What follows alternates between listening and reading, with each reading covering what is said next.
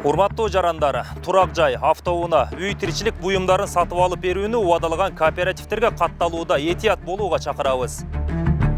Кооперативтердин уюштуруучулары эл арасында таанымал адамдар аркылуу өз компаниясын жарнама кылууга өтүштү. Аларга батир же унаа алып беришкендигин айтып, белгилүү адамдар аны алгандыгын тастыкташып, социалдык тармактарга жүктөшүүдө. Буларды көргөн карапайым адамдар араңдан топтогон акчаларын алып келип, каржы булактарына тапшырып, жыйынтыгында материалдык чыгымга дуушар болууда. Урматтуу жаран, сиз кооперативге катталууда акча каражаты тез арада колго тиерине ишеним артпасаңыз деле болот. Себеби сизге чейин катталган жүздөгөн адамдар бар экендигин, алар тиешелүү каражатты алмайынча сизге кезек жетпей тургандыгын эске алыңыз.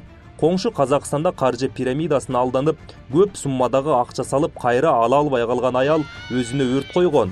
Натыйжада каржы пирамидасын жарнама кылган блогерлер камалган. Кыргызстанда 2022 жылдын 3 айында эле кыймылсыз мүлк чөйрөсүндөгү турак жай кооперативтеринин ишмердүүлүгү боюнча 73 кылмыш иши козголгон. Андан жабыр тарткан жарандардын саны 139га жетип, келтирилген чыгымдын жалпы суммасы 66 миллион 641 миң сомду түзгөн.